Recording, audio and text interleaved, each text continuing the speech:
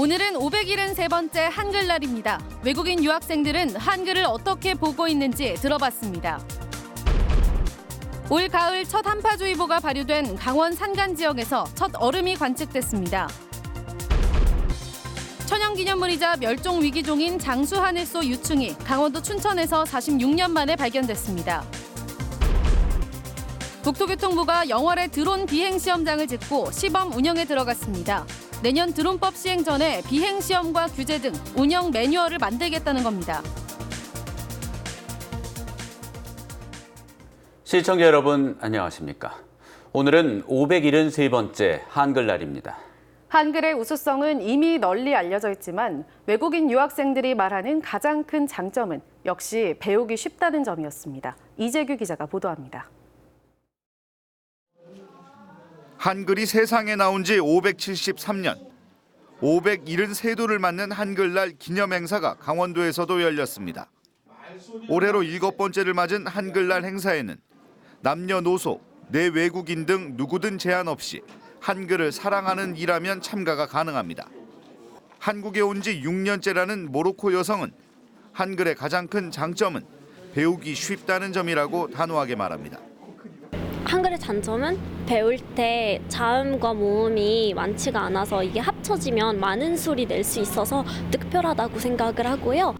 10년 넘게 한글을 배운 인도 여성 역시 마찬가지입니다. 빨리 배울 수 있어요. 1시간, 2시간만 배우면 장각하게 읽을 수 있어요.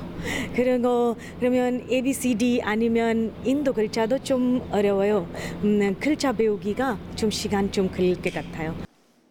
배우기 쉽고 창의적이라는 평가를 받는 한글이지만 익숙함 속에 우리는 정작 한글의 소중함을 잊는 경우가 많습니다. 국립국어원은 일본어 투 용어 중 특별히 개선이 급한 단어 50개를 추려 발표했습니다. 망년회는 송년회, 구좌는 계좌, 가불은 선지급으로 바꿔야 하고 분빠이하다는 각자 내기하다, 나가리는 무산, 쇼부는 결판으로 바꿔 사용해야 합니다. 이런 단어 사용 습관은 몰라서인 경우보다 재미적인 요소를 위해 사용하는 경우가 많아 의식적으로 우리말로 바꿔 쓰는 노력이 필요합니다. 나이스 같은 거 쓰는데 최대한 안 쓰려고 노력해요. 뭐 나이스는 좋다, 대박이네 이런 걸로. 올해 말까지 남은 날은 80여일 정도. 하루에 하나씩 잘못된 외래어 사용 습관을 고쳐보는 것도 한글날의 의미를 되살리는 한 가지 방법입니다.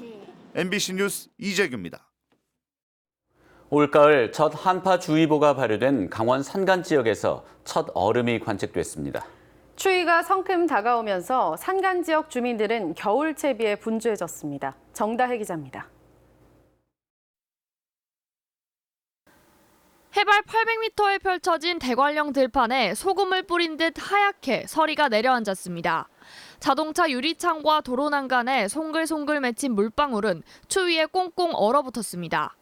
설악산에는 작년보다 사흘 일찍 첫 얼음이 관측됐습니다. 오늘 아침 강원도 횡성 안흥이 영하 0.6도까지 떨어지는 등 올가을 처음으로 기온이 영하권으로 뚝 떨어졌습니다. 작년보다 3일 앞당겨 첫 얼음이 관측되면서 대관령은 이른 겨울채비에 한창입니다. 매서운 칼바람에 농민들은 하얀 입김을 내뿜으며 막바지 수확을 서두르고 불피운 장작 더미에 옹기종기 모여 추위를 달래봅니다. 지금 많이 춥습니다. 지금. 현재 당근 작업이 이제 대관령 지역에서는 거의 막바지 작업 중이고요.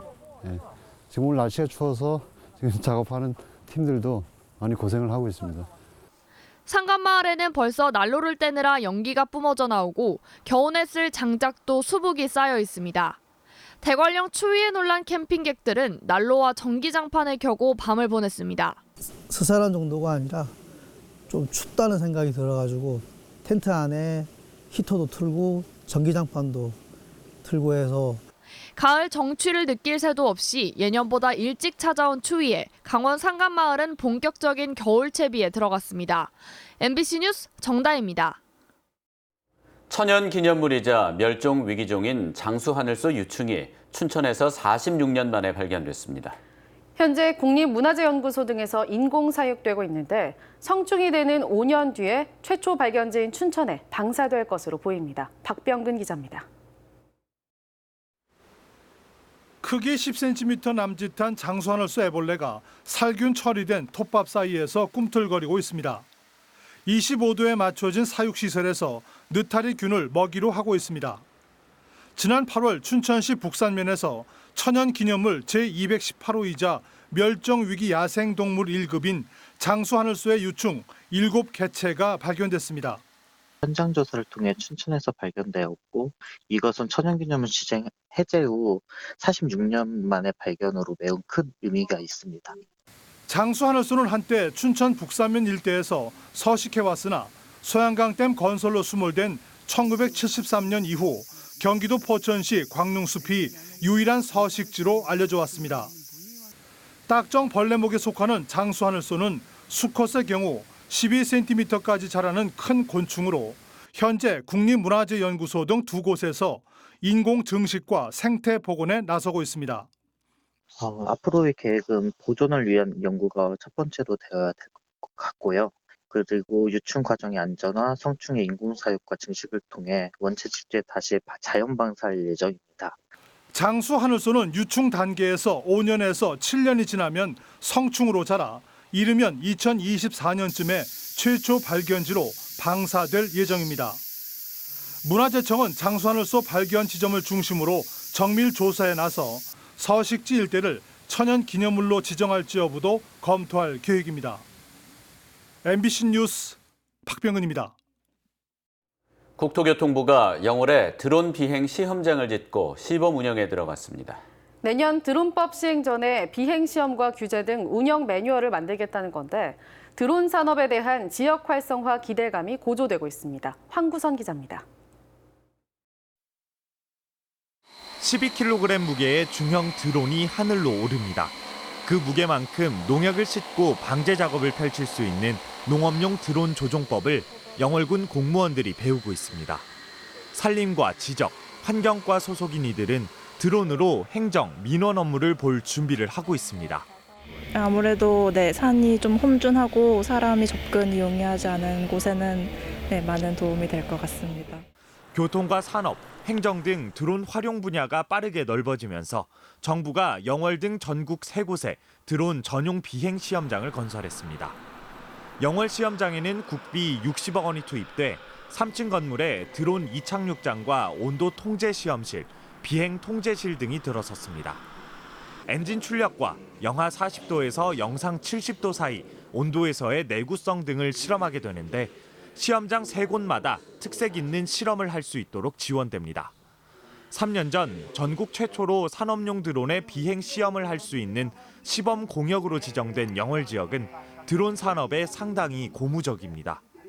농촌 일손 돕기부터 시작을 해서 다양하게 농민도 좋고 그다음에 거기 관련된 일자리 창출도 기대하면서 열심히 지금 준비하고 진행해 나가고 있습니다. 지자체도 수도권 드론 업체 유치를 통해 지역 경제 활성화를 꾀하고 있습니다. 저희가 앞으로 이 비행 시험장을 기반으로 해서 많은 기업들을 유치할 수 있는 그런 계획을 가지고 있습니다. 지역별 국가 드론 시험장은 이달부터 앞으로 7개월 동안 시범 운영됩니다. 국토교통부는 시범 운영 결과를 반영해 내년 5월부터 드론법을 시행해 나갈 예정입니다. MBC 뉴스 황구선입니다. 낙동강 발원지의 옛 물길을 그대로 복원하는 태백 황지천 생태하천 복원공사가 90% 가까운 공정률을 보이고 있습니다. 사업 구상에서 착공까지 우여곡절도 많았지만 지금은 순조롭게 진행돼 시민들의 휴식 공간이 되고 있습니다. 홍한표 기자가 보도합니다. 답답했던 콘크리트 덮개가 사라졌고 건물로 가려져 있던 물길도 이제는 시원스레 흐릅니다. 태백시가 지난 2017년부터 370억 원을 투입해 황지 연못에서 황지천에 이르는 옛 물길 840m를 생태 하천으로 복원하는 공사를 진행하고 있습니다. 낙동강의 발원지라고 알려진 황지 연못입니다. 이곳에서부터 옛 물길을 복원하는 사업을 진행하고 있습니다. 지난 7월 주변 건물에 대한 보상 협의가 모두 마무리됐고 공정률은 90%에 이르고 있습니다. 환경부의 방침에 따라 주변 7,200제곱미터 부지에는 수변 녹지가 조성됐고 인공적인 구조물을 가급적 세우지 않았습니다. 연못에서 하천 본류까지 이어줌으로써 생태하천 복원의 개념이 있는 거고요. 그 다음에 이렇게 함으로써 도시 한가운데에 주민들이 즐길 수 있는 휴식 공간이 또 마련이 되는 겁니다. 옛 모습대로 복원이 끝난 구간은 시민들의 휴식 공간으로 자리 잡고 있습니다. 새로 이렇게 뚫혀지니 물도 시원하고 맑고 가족끼리 오는데 좋아요. 저녁으로도 오면은 시원하고. 태백시는 황지 연못과 낙동강 발원지의 의미, 황지 연못에 담긴 황보자 전설 등에 대한 시민들의 아이디어를 모아 아직 공정을 마치지 않은 구간에 담아내기로 했습니다. MBC 뉴스 홍한표입니다.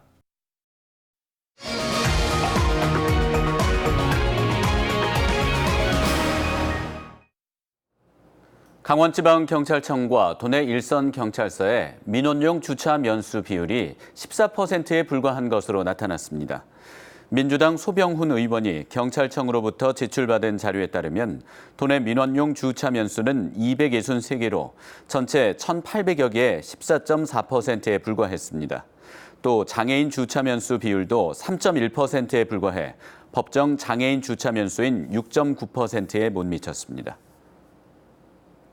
춘천 등 도내 8곳이 도시재생 뉴딜 사업에 선정돼 국비 950억 원을 확보했습니다. 올해 선정된 8곳은 춘천 조은동 문화가 숨쉬는 동네, 원주 중앙동 원도심 어울림 공간, 춘천 교동 봉의산 비탈마을의 행복한 반란 등입니다. 이들 지역에는 앞으로 4, 5년 동안 지방비 포함 모두 1,580억 원이 투입돼 주거지 개선과 지역 상권 활성화 작업이 이루어집니다. 강원도는 2017년 이 사업이 시작된 뒤 도내에서 19곳이 선정돼 국비 2,240억 원을 확보했다고 밝혔습니다. 도내 3개 군 지역에 분만 가능 병원이 없는 것으로 나타났습니다. 진선미 국회의원이 보건복지부에서 받은 국정감사 자료에 따르면 분만실을 갖춘 병원이 한 곳도 없는 시군구는 철원과 화천, 횡성을 포함해 전국 15곳이었습니다. 도내 분만 가능 병원도 2014년 36곳에서 올해 27곳으로 4년 반 동안 25%나 감소했습니다. 진선미 의원은 분만 가능 병원이 없는 것은 저출산이 계속되는 원인이 될 수 있다며 분만 가능 의료기관에 대한 정부 지원을 강화해야 한다고 말했습니다. 한국수자원공사는 최근 잦은 비로 소양강댐의 저수율이 상승해 정상적인 용수 공급을 하고 있다고 밝혔습니다. 한국수자원공사에 따르면 소양강댐의 현재 저수율은 17억 3천 톤, 저수율은 59.9%를 기록해 가뭄으로 저수량을 관리했던 지난 7월 당시 48.5%를 웃돌고 있습니다. 공사 관계자는 지난 7월 13일부터 물 부족에 대비하기 위해 그동안 하천 유지 용수 공급을 크게 줄였으나 최근 태풍에 따른 잦은 비로 댐 저수율이 상승해 용수 공급을 정상으로 회복시켰다고 말했습니다. 춘천시가 오는 15일부터 2달 동안 체납자 집중 단속을 벌입니다. 춘천시는 체납자 재산 조회를 통해 채권과 부동산 압류에 나서고 자동차세와 차량 과태료를 내지 않은 체납자에 대해서는 차량 번호판을 영치합니다. 특히 1,000만 원 이상 체납자 28명은 명단을 공개할 계획입니다. 이들 28명이 내지 않은 세금은 9억 4천만 원에 달합니다. 강원FC의 파이널 A라운드 일정이 확정됐습니다. 정규리그에서 상위 6개 팀이 속한 파이널 A에 막차로 올라탄 강원FC는 오는 20일 춘천 송암스포츠타운에서 서울과의 맞대결로 파이널 A라운드를 시작합니다. 이어서 26일 울산과의 원정 경기, 11월 3일 포항전, 11월 23일 대구전에 이어서 12월 1일 38라운드 전북과의 원정 경기를 끝으로 5번의 파이널 A라운드 경기를 마칩니다. 올 들어 8월까지 도내 신설법인 수가 지난해에 비해 8% 이상 감소했습니다. 중소벤처기업부에 따르면 올 들어 8월까지 강원도 내 신설법인 수는 1,424개로 지난해 같은 기간 1,556개에 비해 8.5% 감소한 것으로 조사됐습니다. 반면 같은 기간에 전국적으로는 신설 법인 수가 3.1% 증가해 도내 법인 신설이 상대적으로 더 크게 줄어든 것으로 분석됐습니다. 인제군이 아프리카 돼지열병 확산을 방지하기 위해 대규모 인원이 참가하는 체육대회는 취소하고 문화제는 진행하기로 했습니다. 인제군에 따르면 오는 12일 열릴 예정이었던 국민체육대회와 평화이음 콘서트는 취소하고 인제군 주민자치 박람회는 무기 연기했습니다. 반면 인제지역 예술단체의 개별 전시회와 문화예술 행사는 예정대로 진행하기로 해 오는 11일부터 사흘간 예정된 합강문화제는 예정대로 열기로 했습니다. 철원군이 베트남 동탑성과 농업 분야와 계절 근로자 등에 대한 국제 교류에 나섭니다.